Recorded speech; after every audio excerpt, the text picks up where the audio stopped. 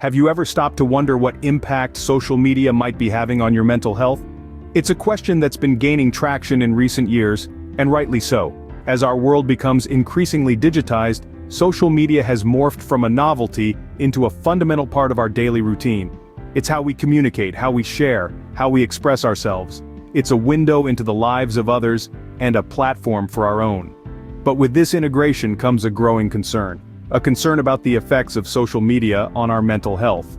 The proliferation of social media platforms has happened so rapidly, it's like we've been thrown into a pool without knowing how to swim. And we're just starting to realize that the water might be a bit deeper than we thought. In the past decade, the number of social media users has skyrocketed, with billions of people worldwide logging in daily. And with this surge in usage, mental health professionals are noticing a correlation. Studies show a significant increase in reported mental health issues, especially among the younger generation who are the most frequent users of social media. Anxiety, depression, loneliness, self-esteem issues, the list goes on. It's not just about how much time we're spending online, but how we're spending it. The constant comparisons, the pressure to be liked, the fear of missing out, the negativity that often permeates the platforms, it all adds up to a toxic cocktail that can wreak havoc on our mental well-being. But it's not all doom and gloom. Social media is a tool, and like any tool, it's about how we use it. There are ways to navigate this digital landscape that can promote connection, creativity, and positivity. But the first step is acknowledging the issue at hand. So it's clear that social media is not just a harmless pastime. Its impact on our mental health is real and substantial. If you liked what you've seen so far, be sure to hit the like button and subscribe to our channel so you won't miss any of our future videos. Now let's delve into some real-life stories that highlight the relationship between social media and mental health. Our first story is about Amanda, a high school student from Ohio. Amanda was a vivacious, outgoing teenager who loved to share her daily life on Instagram. Unfortunately, the constant comparison with her peers online, and the pressure to maintain a perfect image, began to take a toll on her mental health. Amanda started experiencing symptoms of anxiety and depression. She felt lonely, even when surrounded by people, because her online persona didn't match her real-life struggles. However, Amanda's story doesn't end there. She decided to turn her social media usage around. She began to follow accounts that promoted positivity, self-love, and mental health awareness. She started sharing her own struggles, trying to break the stigma around mental health. Guess what? She found a supportive community online that helped her navigate through her difficult times. Our second story is about Max, a graphic designer from California. Max used to feel isolated because of his unique interests, like antique collecting and vintage art. He felt disconnected from his friends and family who didn't share his passions. But then, Max discovered a thriving community on Pinterest that shared his love for antiques and vintage art. This connection with like-minded people across the globe helped him feel understood and less lonely. Social media, in Max's case, became a tool for connection and support. These stories highlight the complex relationship between social media and mental health. On one hand, we see how excessive use and the pressure to appear perfect can lead to anxiety and depression, as in Amanda's case. On the other hand, we see how social media can act as a supportive network, connecting people with similar interests or struggles, like Max. Remember, social media is a tool, and like any tool, its impact depends on how we use it. It can be a source of stress and anxiety, or it can be a platform for support, connection, and positivity. These stories show us that the impact of social media on our mental health is a double-edged sword. But how exactly does social media influence our mental health? Let's delve into the science behind this phenomenon. At its core, social media is a platform for comparison. We see the highlight reels of others' lives and can't help but measure them against our own reality. This constant comparison can lead to feelings of inadequacy, and in some cases, depression. Researchers have found that the more time people spend on social media, the more likely they are to develop depression.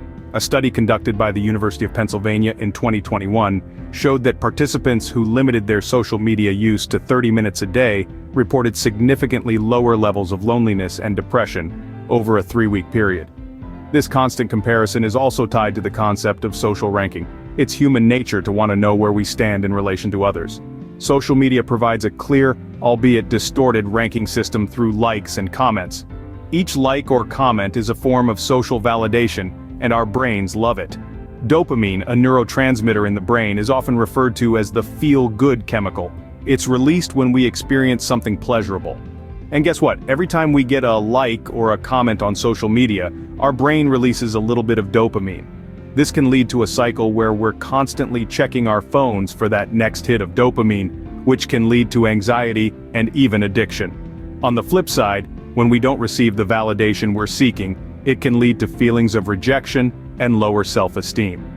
A study from the University of Michigan found that the more people used Facebook, the worse they felt about themselves. Social media also disrupts our sleep patterns. The blue light emitted by our devices suppresses the production of melatonin, a hormone that regulates sleep.